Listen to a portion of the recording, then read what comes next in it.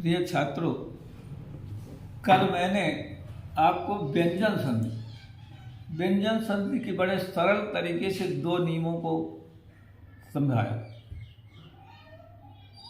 चाहे वो प्रतियोगी कोई छात्र हों, चाहे वो हिंदी के विद्यार्थी हों, चाहे संस्कृत के हों, संधि सबके लिए एक समान होती है।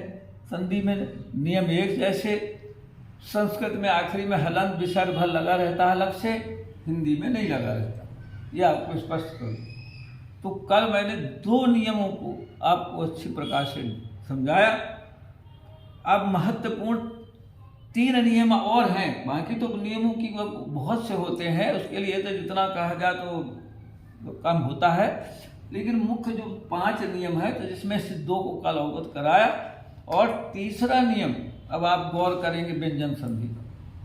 तीसरा नियम में देखिए, नियम नंबर 3, जहां बीच में गा दिखे, जहां पर भी बीच में गा आता है तो वहां समझ जाना कि यहां पर व्यंजन संधि है। बीच में गा देखा, बस विशेषता यही कि जहां बीच में गा देखा तो व्यंजन संधि। जैसे ये शब्द देख रहे हैं आप, वागीशा, तुरंत समझ गए तो व्यंजन संधि, क्योंकि बीच में गा है।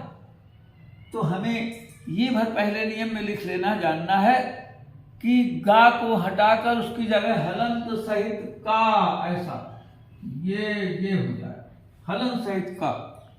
गा को हटाकर हलंत सहित का लिख देते हैं तो वाग, जैसे यहाँ पर दिया हुआ है वागीशा, तो वाग गा की जगह का हलंत से लिख दिया तो वाक धन है। गा को हटा करके हलंत सहित का लिख दिया। और गा का स्वर, जैसे घी बड़ी है, गा में बड़ी स्वर है तो बड़ी धन लिख दिया ईशा, वागीशा। कितनी सरल बात है। पहचान के लिए अगर जहां पर गा आता है वहां व्यंजन संधि, तो विच्छेद करते समय तुरंत गा को हटाकर उसके स्थान पर हलंत सहित का और गा का स्वर लिख देते हो धन के बाद। द्वितीय पद के प्रारंभ में गा का स्वर तो बन गया वाग धनी से। अगर यही आ जाए ना समझो तो ये तो समझे जाओगे कि भाई कौन संधि वाग धनी से व्यंजन है, क्योंकि हलंत लगा हुआ। इसलिए ये अगर ये आता तुरंत समझ जाना चाहिए कि इधर का है हलंत सहित, इसका मतलब गा की जगह में बना हुआ है, गा के स्थान पर का बना है, इसलिए हम तुरंत का इसको हटा कर पूरा गा लिख दे और ये स्वर पूरा हटा करके ये पूरा हटाया, इसके ऊपर लगा, ये बन गया वागीशा। जोड़ने को आज तुरंत हम जोड़ देंगे। इसी प्रकार वागेव, देखिए वागेव, तो तुरंत वा और गा को हटाकर हलंत सहित का लिख दिया। और जो गा में ए है तो ए लिख दिया, एव, वाग धन ए, तुरंत बन गया। अब हमें यही आ जाए कि हमें इसको कैसे संधि करना है, जोड़ना है तो कैसे जोड़े, तो समझ जाना चाहिए कि जहां का हलंत है इसका मतलब वो गा से बना हुआ, तो तुरंत का की जगह गा लिख दिया और ए को हटाकर उसका स्वर इसमें मिला दिया तो बन गया वागे। कितना सरल बात। कोई भी हो, वागर्थम, ऐसा नहीं कि कितने उदाहरण बनते हैं। ये देखिए वागर्थम, वागर्थम, तुरंत देखा वा और गा को हटाया का हलंत से ये धन।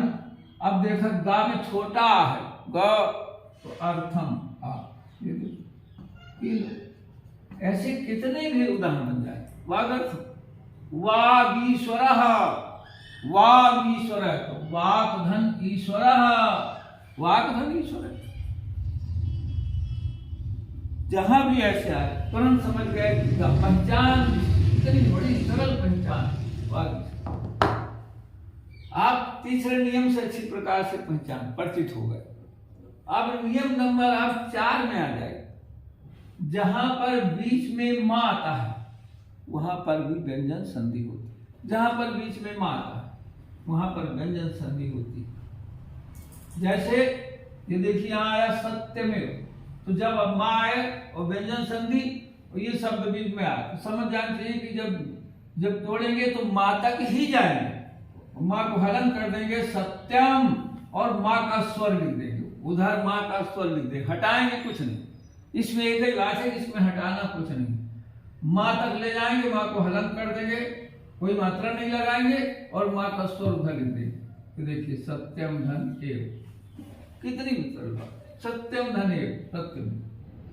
अगर हमें जोड़ना है, इसको जोड़ने को आसन कीजिए, तो संधि कीजिए तो तुरंत समझ जाना चाहिए कि इधर माँ हलंत है, इधर है, तो एक माँ को पूरा हलंत को हटा दे और केवल सत्यम भर दे और ये एक को हटाकर इसमें जोड़ देते, बन गया सत्यमेव, जोड़ गया तुरंत। इसी प्रकार सत्यमेव, तुरंत देखो सत्यम, माँ तक पहुंच गया हलंत, सत्यम, और माँ में छोटी की मात्रा लगी, उससे लिख दिया गलती। अब इसको हमें जोड़ने को आ जाए तो तुरंत इसका हलंत हटा दिया, ये हटाकर इसको और यहाँ लिख दिया सत्यमेव, बन गया। स्वर इधर लगा लो, सत्यमेव। कोई भी ऐसा नहीं है कि कितने बार देखो, सत्य मुक्ता, सत्य मुक्ता, सत्य मुक्ता। जो संधि समझ जाएंगे तो सत्य से मुक्त बोले, जबकि ऐसा नहीं, सत्यम धन मुक्ता, तुरंत समझ गए। सत्यम माँ तक ले गया, धन उक्ता है, उक्ता सत्य कहा गया है, माँ में छोटा की मात्रा लगी, सत्यम उक्ता। कोई भी आए तो तुरंत सत्यम उक्ता है, चाहे क्यों आए तुरंत समझ जाए।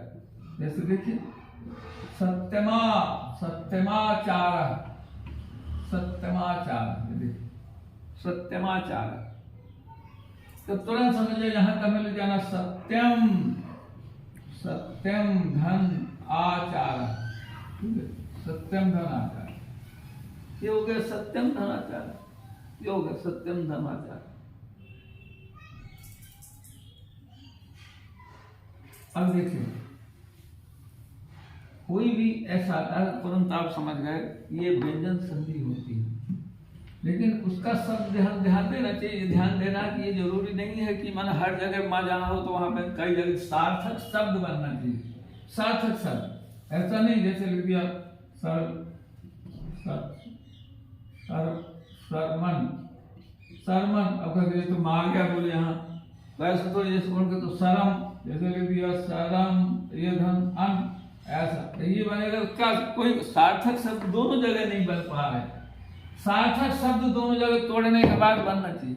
इसलिए ध्यान देना सत्य वाला ही ज्यादा, शुरू में सत्य जरूर रहेगा, उसमें ये सरल है ज्यादा, तो सत्य आपको मिलेगा, सत्य में सत्य सत्यमाचार,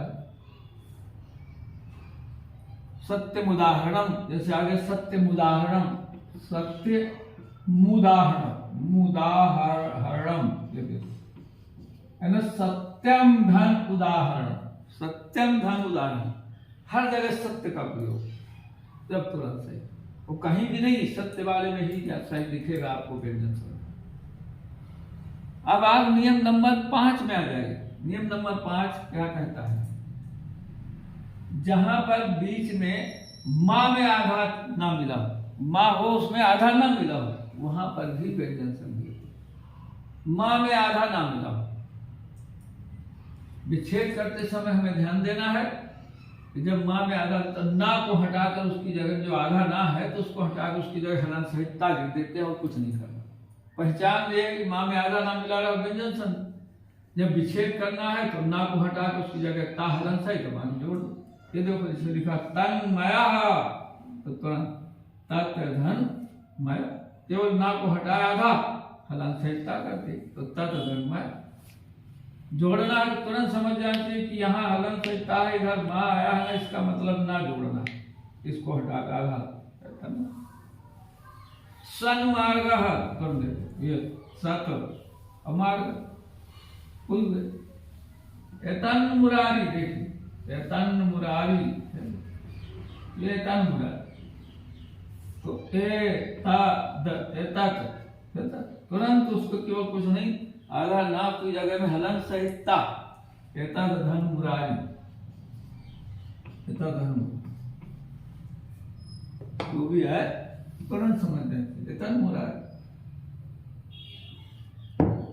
जहां भी अच्छा है, अब आप गौर करें, केवल अब ये तो संस्कृत की बात बताया है व्यंजन संधि, हिंदी में आती है तो ये विचार नहीं, केवल वागीश लिखा रहेगा, तो वाग्धनी, वागे, वाग्धनी, ये वाला देखो सत्यमेव सत्यम एव, सत्यमेव सत्यम एव, ये जो तन्मय, ये विसर्ग नहीं लगे, तन्मय, धनमय, तन्मार्ग, धनमार्ग, ये सब हलन विसर्ग आखिरी को नहीं लगेगा, हलन तो समझो कि वो हिंदी की हो गई।